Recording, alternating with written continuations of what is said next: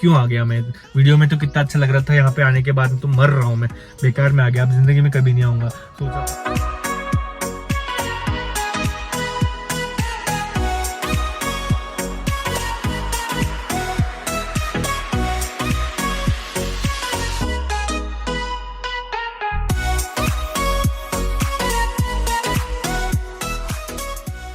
नमस्कार दोस्तों।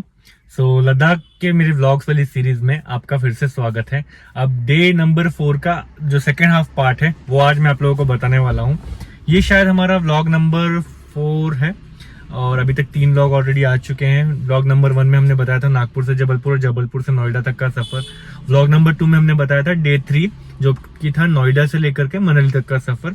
अब व्लॉग नंबर 3 में हम लोगों ने आपको बताया था कि डे 4 में हमने आधे दिन क्या किया, हम लोग किस तरह से मनाली से आगे बढ़े, अटल टनल से होते हुए निकले और काफी ज्यादा रोमांचक सफर वहां हो रहा था। घाट रीजन पे गाड़ी को थोड़ा सा डीपीएफ इश्यू वगैरह भी आया। डीपीएफ इश्यू जो आया था वो एक्चुअल में इसके लिए था क्योंकि हम लोग इको मोड पर गाड़ी को टेस्ट कर रहे थे कि वो कितना अच्छा परफॉर्म कर पाती है इको मोड के बावजूद, और हिली रीजन पे वो सब कुछ सही चल रहा था जब तक मनाली तक आए थे। उसके बाद हम लोगों को स्पोर्ट मोड या सिटी ड्राइव मोड पर चलाना चाहिए था सफारी को, लेकिन हम लोगों की टेस्टिंग बढ़ती ही रही तो वो एक मिस्टेक थी।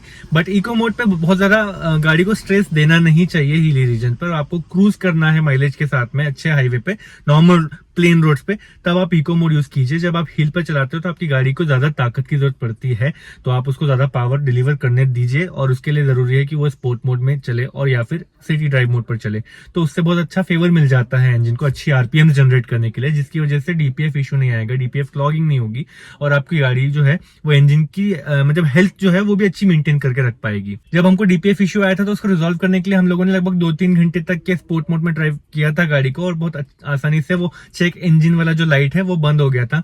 सो पैनिक सिचुएशन कुछ बनी नहीं। हम लोगों ने सोचा कि क्या क्या हो सकता है देख लेते हैं। हमें ये भी लगा था कि कहीं गाड़ी में चूहों वगैरह ने कुछ काट वाट तो नहीं, क्योंकि मानसून भी शुरू हो गया और हिली रीजन भी है।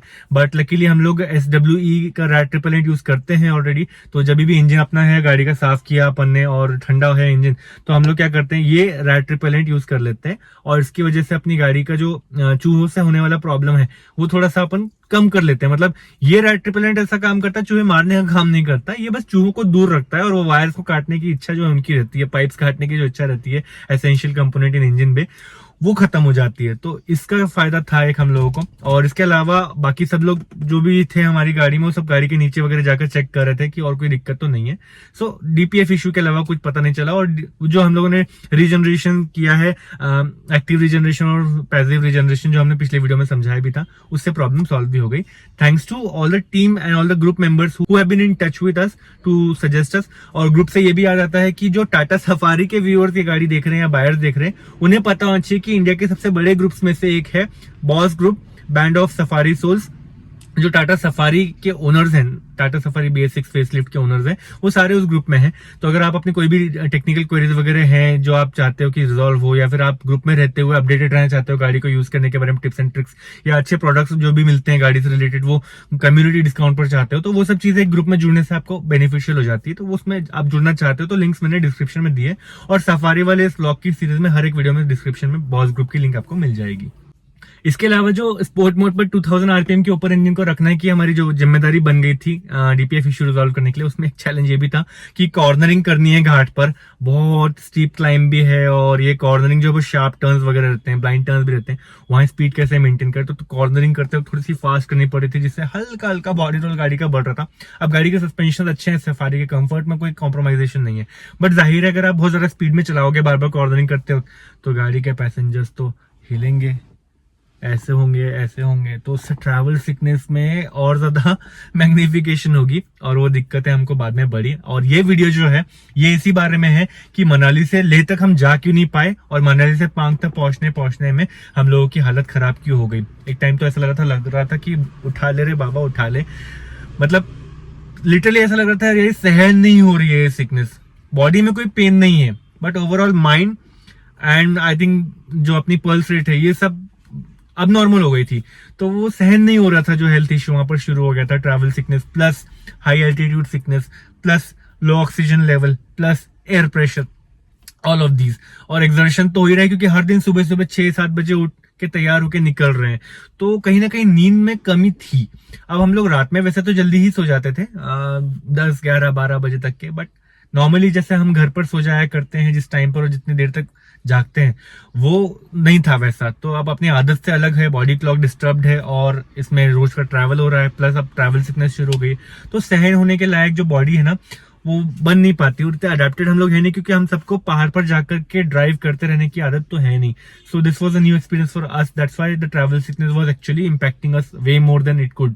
एक और इम्पॉर्टेंट बात ये भी है ट्रैवल सिकनेस से रिलेटेड कि हम लोगों ने एक डिफिकल्ट रूट लिया था। जब हमें लेह लद्दाख जाना होता है तो नॉर्मली जो भी ग्रुप वाले हैं या जो रेगुलर जाते नहीं है वो लोग, या फैमिली के साथ जाने वाले लोग, वो प्रेफर करते हैं जम्मू और श्रीनगर वाला रूट।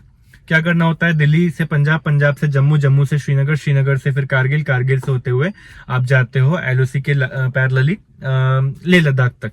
अब लेकिन हम लोगों ने जो रूट लिया था वो था मनाली से। पहले हम चले गए दिल्ली, दिल्ली से पंजाब, पंजाब से फिर मनाली, मनाली से फिर वहां से रोहतांग पास के पास जो अपना अटल टनल है, अटल टनल के बाद में सरचू, लाहौल एंड स्पीति, और वहां से आगे जाते जाते पांग, पांग के बाद ले। ये वाली रूट जो है इसमें स्टीप क्लाइंब ज्यादा है और मोशन सिकनेस, ट्रैवल सिकनेस, जितनी भी प्रॉब्लम्स होती हैं वो यहाँ ज्यादा होती है।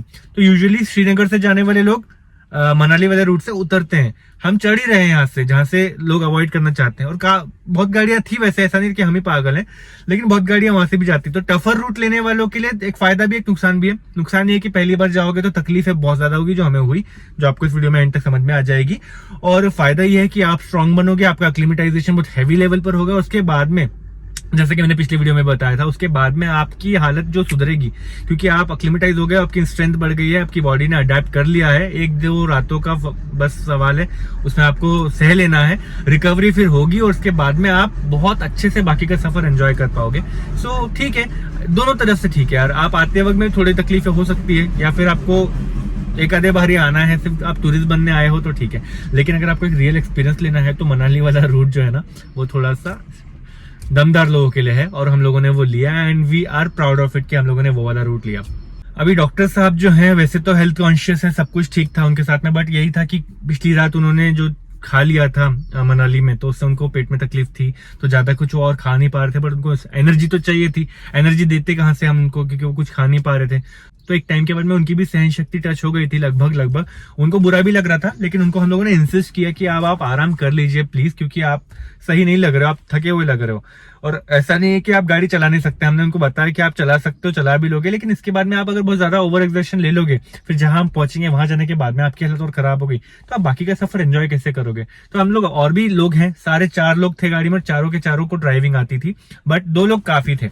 दोनों के दोनों हमारे शेर थे, डॉक्टर साहब भी और मेरे जीजाजी जो थे महेंद्र जी, उन दोनों ने मिलकर ही ड्राइविंग संभाल ली पूरी पहाड़ी रीजन पर, और हमें मौका नहीं मिला। बट ठीक है यार, हम लोग एंजॉय कर रहे थे, वीडियो शूट आप लोगों के लिए करना था, वो सब कुछ करने में मैं बिजी था। So we did that. Mahendra ji ने जो गाड़ी चलाई है वहां से मजा ही आ गया। डॉक्टर साहब वाज आल्सो वेरी हैप्पी। उनकी प्यारी बच्ची जो उनकी सफारी थी वो किसी को टच करने नहीं देते ड्राइविंग सीट से, लेकिन उन्होंने उनको चलाने दी, और इतनी अच्छी दोस्ती उनकी हो गई। मैंने मिलवाया, लेकिन मुझसे जरा गहरी दोस्ती उन दोनों की हो गई, वो तरफ सेम जनरेशन एनीवेज।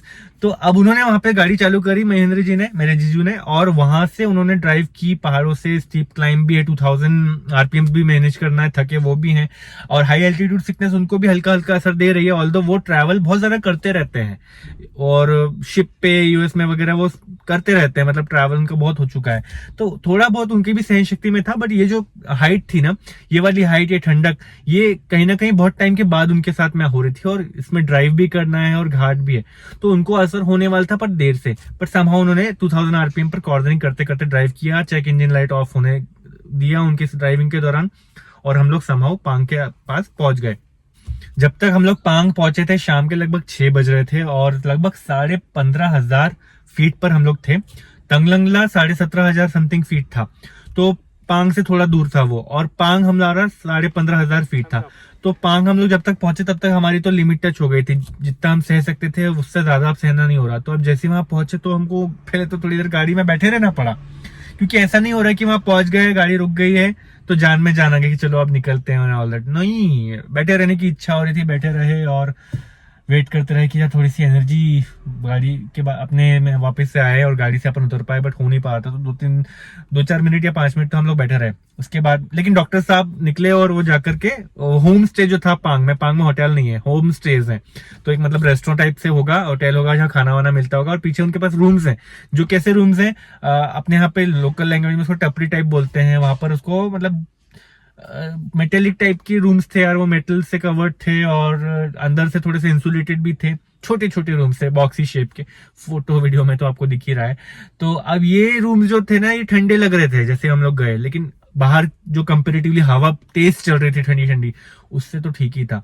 और वो हवा से हमें बचा रहे थे। वहां पे मैंने सुना है कि जो क्लाइमेट होता है, जो ठंडा क्लाइमेट होता है ना, वो उतना प्रॉब्लमेटिक नहीं होता जितनी वो हवाएं होती है।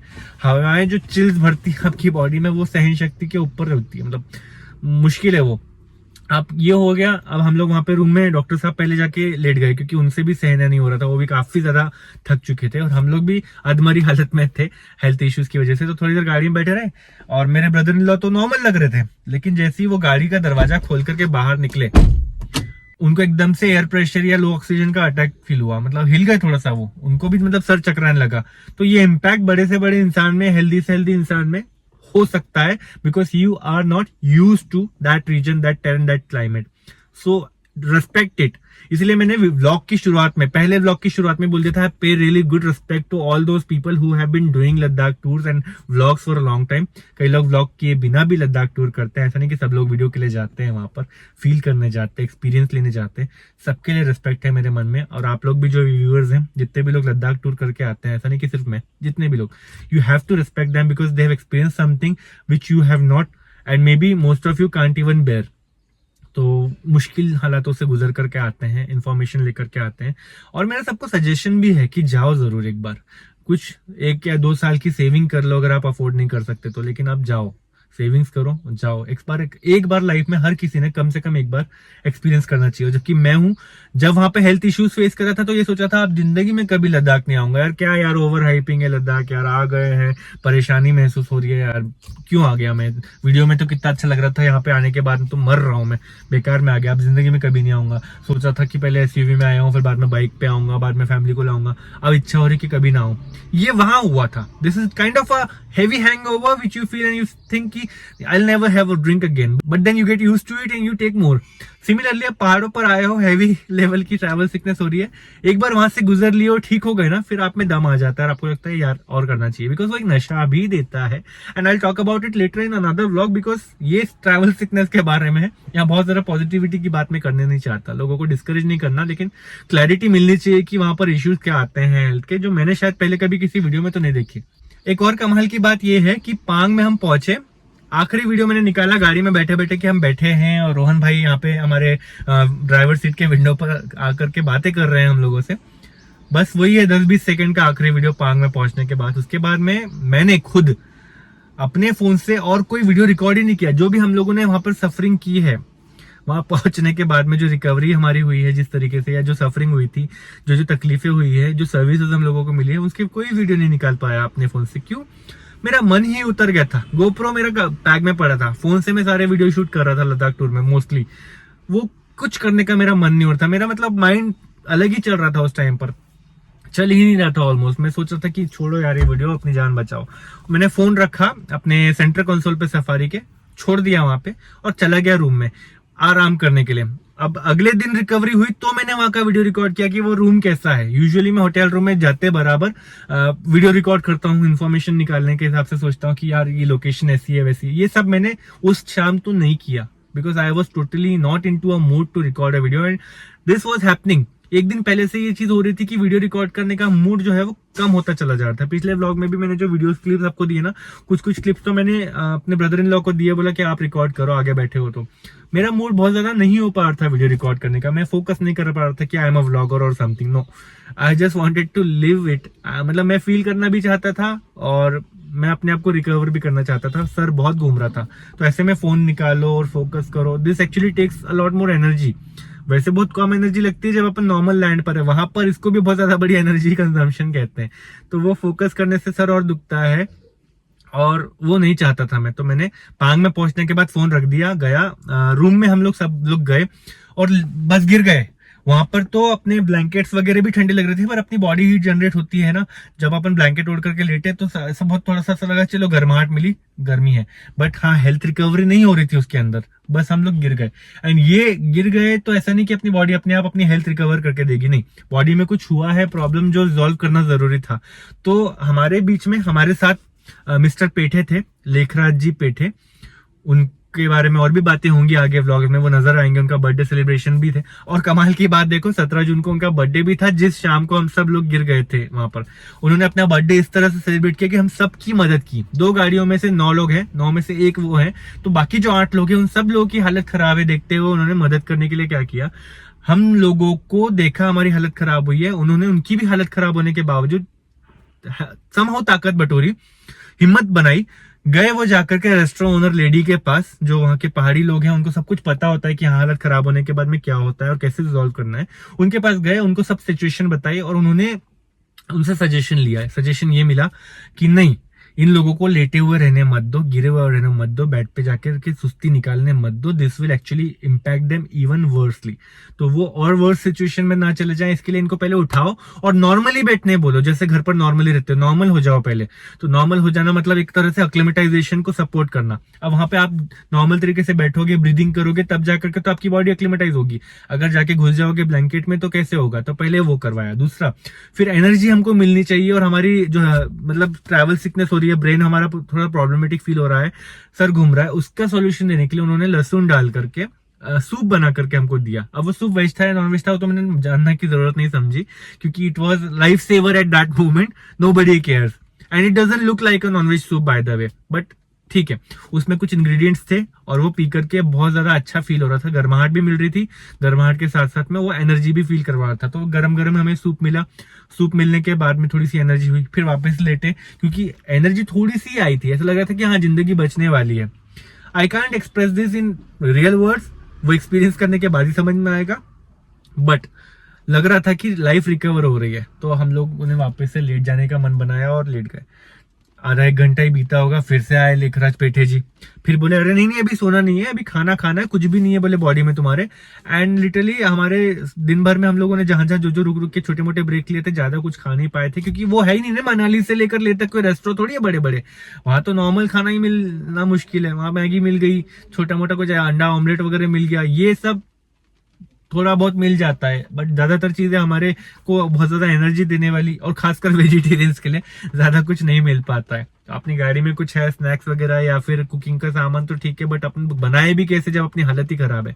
तो ये सब हो रहा था और वो उन्होंने खाना खा लो बोला। रात में खाना खाने के लिए उन्होंने राइस और एक कोई तो भी दाल थी अलग वैरायटी की, वो हमारे लिए अरेंज कर दी और वो हम लोगों ने खाई रात में। वहां हम खा ही रहे थे कि एक और ट्रैवलर हमें मिले जो शायद दूसरी तीसरी बार आए थे और नॉलेजेबल थे, और वो नॉर्थ इंडिया में कहीं बिलोंग करते हैं, नॉट एक्सट्रीम, वो ये एनसीआर के आसपास ही कहीं बिलोंग करते, तो उनको इस तरफ का पता था। तो उन्होंने काफी सारे सजेशन हमें दिया और सबसे लाइफ सेवर बात जो उन्होंने की, जान में जान तो हाँ आई, खाना पीना सब एक तरफ और वो बात सुनना एक तरफ। उन्होंने कहा था यहीं तक सबसे वर्स्ट सिचुएशन थी रोड्स की, इसके बाद अच्छा रास्ता है, इसके बाद आपको तकलीफें कम आएंगी, and that was a big relief. Obviously tongue lung lakh तक थोड़ी सी स्टीप क्लाइम है, थोड़ी सी है, बाकी उसके बाद में तो it's very normal road. And literally यही हुआ, अगले दिन हम लोग जब निकले लेह तक पहुंचे, और लेह तक पहुंचते पहुंचते we all were normal, and that was because अपनी अक्लेमेटाइजेशन हो गई, अपना रिकवरी हो गया, जितने हेल्थ इश्यूज थे वो सब अपन ने रिकवर कर लिया, सह लिया। Human body is by nature made like that कि आपको तकलीफें होती है तो बॉडी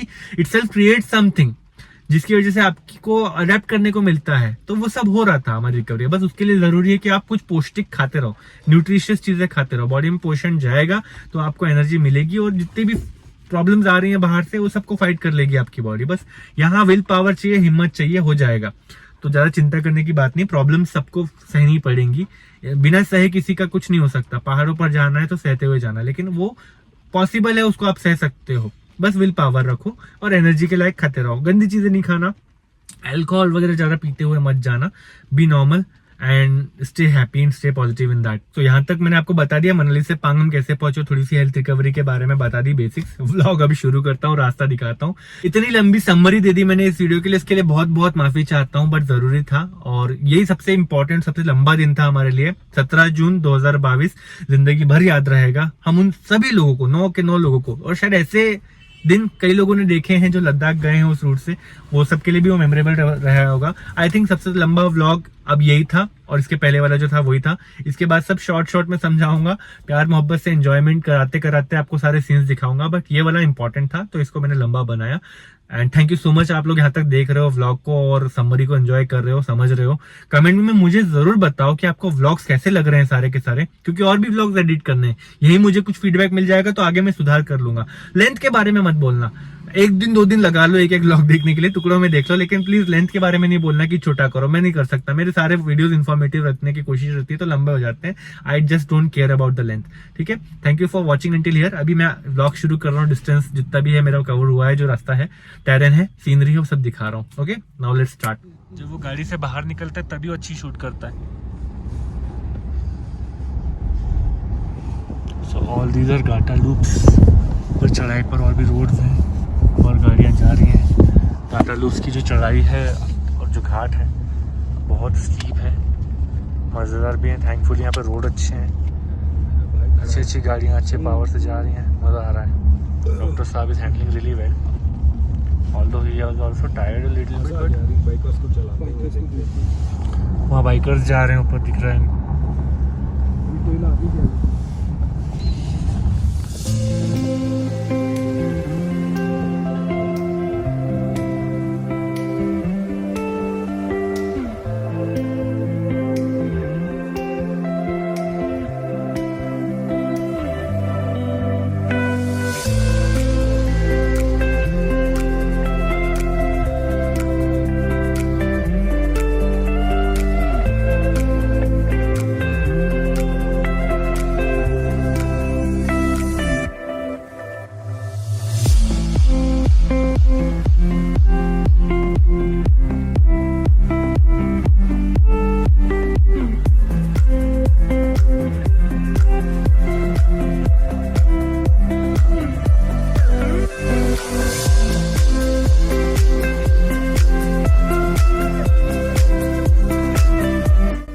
इस पॉइंट से मेरे ब्रदर इन लॉ ने ड्राइविंग स्टार्ट कर दी सफारी की, और आप देख पा रहे हो कि रास्ते बहुत ज़्यादा ख़राब थे। कहीं कहीं पे अच्छे रास्ते, कहीं कहीं पे ख़राब रास्ते, एक बैलेंस था वहाँ पर।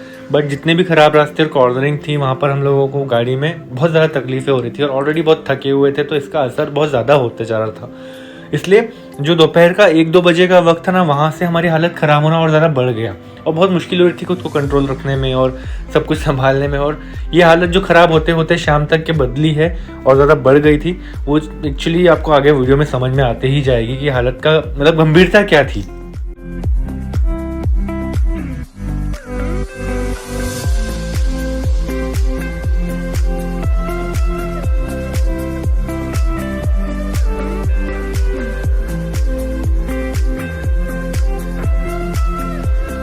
ये वादियाँ दिखने में जितनी ज़्यादा खूबसूरत लग रही हैं, यहाँ पर घूमना फिरना ड्राइव करना उससे भी ज़्यादा खतरनाक है। जाहिर है आप वीडियोस देखें, फ़ोटोज़ देखें, आप एंजॉय करें, खूबसूरती का मज़ा लें, ये सब तो ठीक है, लेकिन अगर आप इसको एक्सपीरियंस करने के लिए आओगे तो एक माइंडसेट पहले प्रिपेयर करके आना कि यहाँ पर आपको तकलीफ़ होगी, चाहे आप कितने ही बड़े 30 मार खा हों।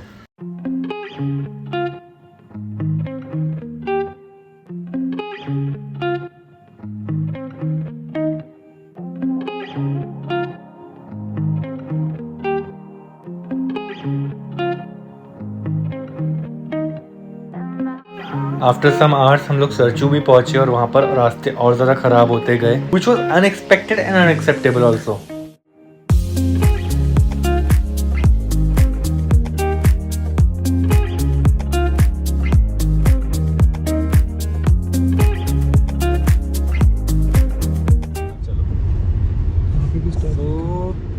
ये है 251, कारगिल 475 और दूर, बहुत भारी,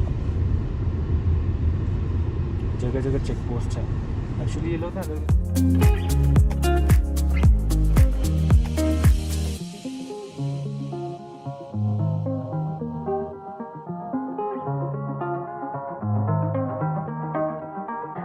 ये जो रेतीला रेगिस्तान जैसा लग रहा है एक्चुअली गहरी और नरम मिट्टी से भरा हुआ है, तो जाहिर है यहाँ पर आपको संभाल कर तो चलाना ही पड़ता है। दिखने में आसान भी लगेगा, लेकिन ये है थोड़ा सा डिफिकल्ट लगा चलते वक्त गाड़ी को देखा जो हम लोगों ने। और गाड़ी हिल भी इतनी रही है तो आपको समझ में आ रहा होगा कि अनइवन सरफेस है, तो यहाँ पर थोड़ा संभल कर चलना पड़ता है। एंड आई वंडर अगर यहाँ पर बारिश होती होगी और ये मिट्टी अगर गीली हो जाए तो उसके बाद गाड़ी चलाना कितना डिफिकल्ट होगा यहाँ पर। तो एक ट्रू ऑफ रोडर के वहाँ पर काम ज़्यादा आएगा।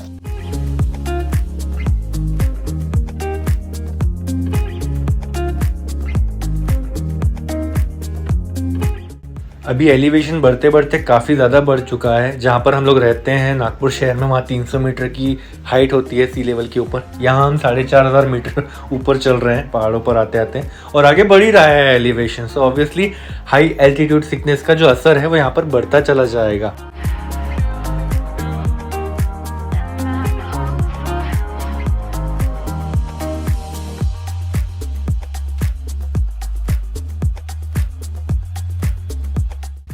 सो टोटल 5-6 घंटों के बाद में चेक इंजन लाइट हम लोगों ने नोटिस किया तो वो बंद है और स्पोर्ट मोड में चल रही है गाड़ी।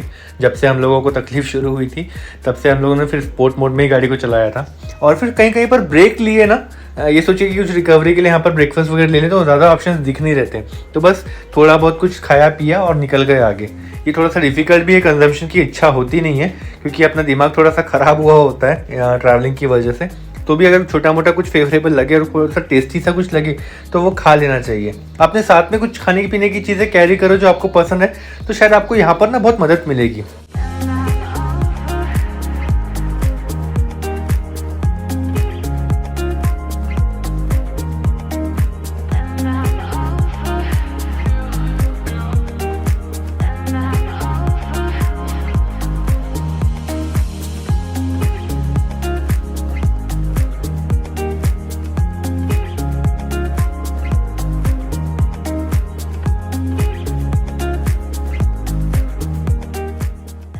यहाँ XUV 700 के सामने अचानक एक बड़ा सा पत्थर आ गया, उसके फ्रंट लेफ्ट टायर से रोल ओवर होते हुए हमारी गाड़ी के बीच में आ गया।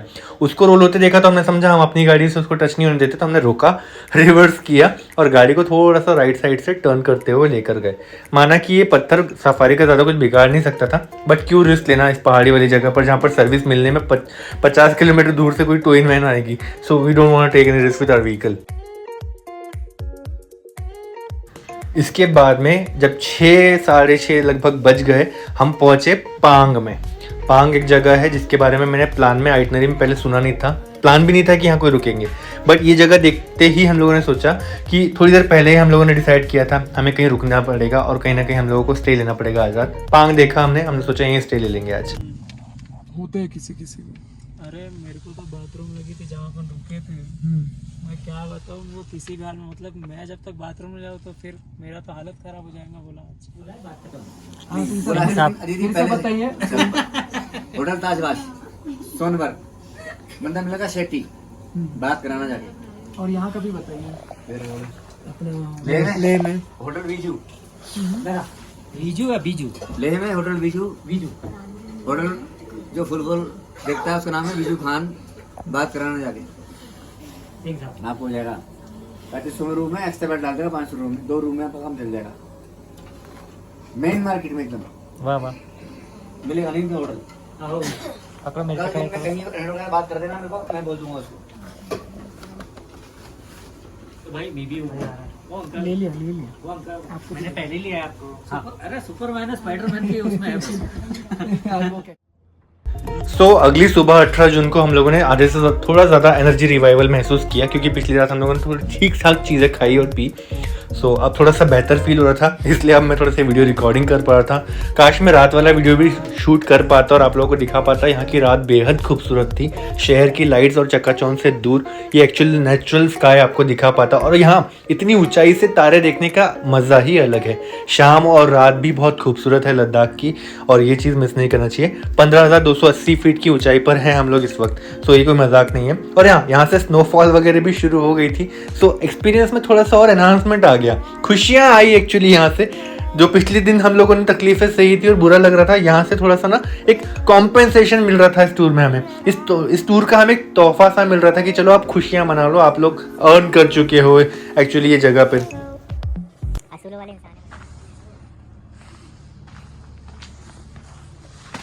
सो यहाँ पर एकदम कोजी वाले रूम है।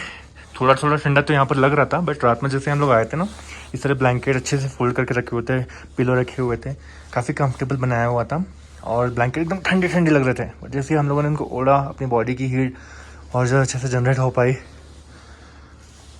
उसके बाद में थोड़ा सा गर्म महसूस हुआ। थोड़ी देर आराम करने के बाद हमको सूप ऑफ़र किया गया सामने के रेस्टोरेंट से।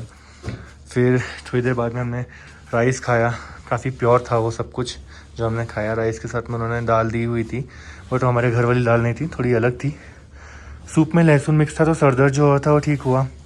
एनर्जी रीगेन कर पाए हम कल रात में और थोड़ा अच्छे तरीके से सो पाए। रूम बहुत फेवरेबल थे, very thankful to the place. और यहाँ पर एक छोटा सा वॉशरूम है। Overall what a saviour place, I can't tell you. रात में यहाँ पर आसमान भी बहुत खूबसूरत दिख रहा था, पूरा क्लियर, तारे ही तारे। बहुत अच्छी पहाड़ियाँ हैं, वादियाँ हैं और काफ़ी अच्छा महसूस हुआ था रात में भी ये सब देख के। बट वो ये कि सर दर्द हो रहा था और घूम भी रहा था घाटियों की वजह से, तो पूरी तरह से हम एंजॉय नहीं कर पा रहे थे नज़ारों को। अभी लेह की तरफ बढ़ रहे हैं हम दोनों गाड़ियों में, थोड़ा थोड़ा सा एयर चेकअप करके। और let's see what is there for us ahead. सारा सामान गाड़ी में पहले भर लेते हैं।